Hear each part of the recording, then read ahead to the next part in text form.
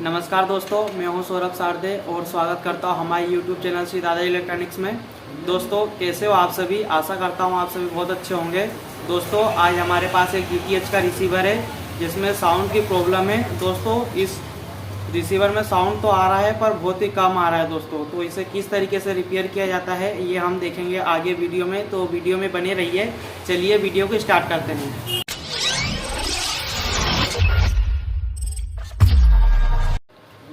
दोस्तों आप देख सकते हैं हमारे पास एक DTH का फ्री वाला सेटअप बॉक्स है। तो चलिए अब हम इसको चालू करते हैं और इसकी प्रॉब्लम को देख लेते हैं कि इसमें प्रॉब्लम किस प्रकार से आ रही है। तो अब मैं इस सेटअप बॉक्स को चालू कर दूंगा। दोस्तों आप देख सकते हैं दोस्तों ये हमारा सेटअप बॉक्स चालू हो चुका है और यहाँ पे मैं आपको बता देता हूँ।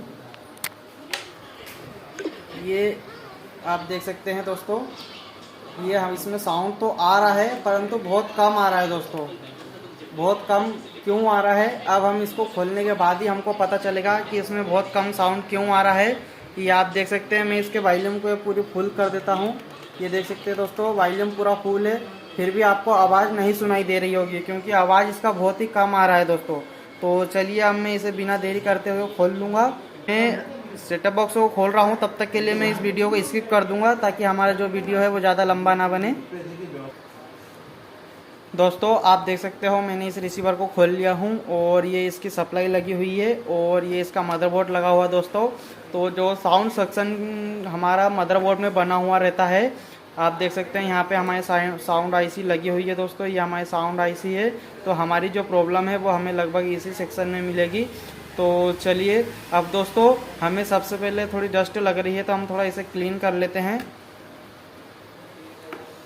दोस्तों आप देख सकते हो मैंने इस मदरबोर्ड को क्लीन कर लिया हूँ और अब हमें देखना है सबसे पहले कि जो हमारी प्रॉब्लम आई है, तो प्रॉब्लम आने की वजह से हमें किसी पार्ट्स को देखना है कि हमारा कोई भी पार्ट्स जला हुआ तो नहीं है। तो हमें ध्यान से हम देखेंगे। अगर मैं आपको बताने की कोशिश करता हूँ दोस्तों, ये हम देख रहे हैं इसमें ध्यान से, तो ये हमें यहाँ पे कुछ थोड़ा ये डस्ट वगैरह दिख रही है दोस्तों।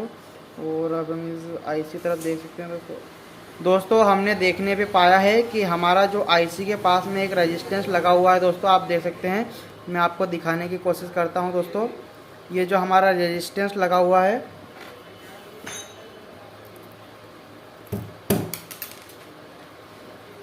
ये जो हमारा रेजिस्टेंस लगा हुआ है दोस्तों, सेकंड नंबर का ये फर्स्ट और ये सेकंड नंबर का ये जो हमारा रेजिस्टेंस है वो हमें हमारा जला हुआ दिख रहा है दोस्तों। ये देख सकते हैं ये वाला रेजिस्टेंस हमको जला हुआ दिख रहा है। तो ये रेजिस्टेंस हमको हमारे साउंड सेक्शन में ही लगा हुआ दिख रहा है दोस्तों। तो हमें ऐसा लग रहा है कि शायद हमारी जो प्रॉब्लम आई है वो भी हमारी इस रेजिस्टेंस की वजह से आ सकती है दोस्तों। ये जो हमारा रेजिस्टेंस लगा रहता है, ये हमारा 33 ओम्स का रेजिस्टेंस लगा हुआ रहता है दोस्तों, जो कि हमें जला हुआ दिख रहा है दोस्तों। तो हो सकता है कि हमारा इस रेजिस्टेंस की वजह से प्रॉब्लम हो। तो हम क्या करेंगे, जो हमारा 33 ओम्स का जो रेजिस्टेंस है उसे हम डायरेक्ट करके देखेंगे कि हमारे साउंड में कुछ अंतर आया है या नहीं आया है दोस्तों। तो अगर उसमें अगर करने के बाद भी हमारे साउंड में अगर कोई अंतर नहीं आया है तो हमें आगे चेक करना पड़ेगा कि आगे किस जगह पे प्रॉब्लम है दोस्तों। हो सकता है हमारे साउंड आईसी भी खराब हो सकती है दोस्तों। तो चलिए जो हमें अभी प्रॉब्लम जो दिख रही है, रेजिस्टेंस को डायरेक्ट करके देख लेंगे दोस्तों। तो मैं क्या करता हूँ, इस रेजिस्टेंस को मैं पहले बाहर निकाल लूँगा जो जला हुआ है। तो चलिए इसको बिना देरी करते हुए बाहर निकाल लेते हैं।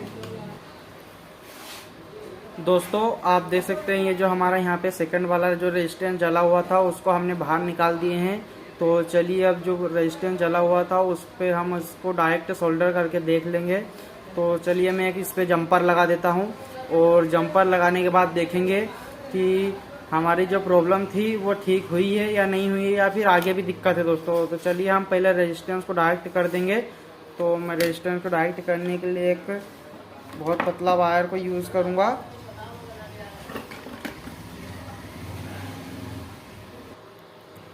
चलिए दोस्तों अब मैं इसको लगा देता हूँ। मैं ये वाला एक जंपर वायर यूज़ करूँगा दोस्तों। ये जो हमारा रेजिस्टेंस का यहाँ का जो पॉइंट है वो हमारा दूसरे पॉइंट के साथ ना चिपके, इसके लिए मैं एक पॉइंट को इधर रेजिस्टेंस की इस साइड वाले को और दूसरे साइड वाले को मैं यहाँ पे, हमको वाली प्रिंट यहाँ पे मिली है दोस्तों। तो मैं एक काम करता हूँ, यहाँ से लगा के यहाँ पे एक जंपर लगा देता हूँ दोस्तों। तो इससे जो हमारा रेजिस्टेंस की जो प्रिंट है उसी पे लगेगा, पर हमारा जो आपस में वायर चिपकने का डर नहीं रहेगा दोस्तों। तो ये जो आप देख सकते हैं मैंने एक साइड पे लगा दिया हूँ और दूसरी साइड हमारी ये वाली है दोस्तों, वो तो दूसरी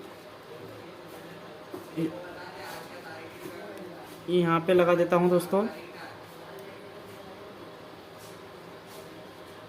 ये देख सकते हैं दोस्तों मैंने एक यहाँ पे जंपर लगा दिया हूँ, आपको दिखाई दे रहा होगा। ये जो हमारा 1 पॉइंट का है, ये रेजिस्टेंस का 1 पॉइंट मैंने यहाँ पे सोल्डर कर दिया हूँ। और दूसरी साइड दोस्तों जो यहाँ पे जो पॉइंट लगता था वो हमारी प्रिंट ये यहाँ पे हमें मिली है, तो हम एक काम करेंगे वहाँ पे सोल्डर ना करते हुए मैं यहाँ पे कर दिया हूँ। तो चलिए हमारा ये जो जंपर है वो लग चुका है। अब चालू करके देख लेते हैं कि हमारी समस्या का समाधान हुआ है या नहीं हुआ है दोस्तों। तो चलो मैं इसको अब चालू कर देता हूँ।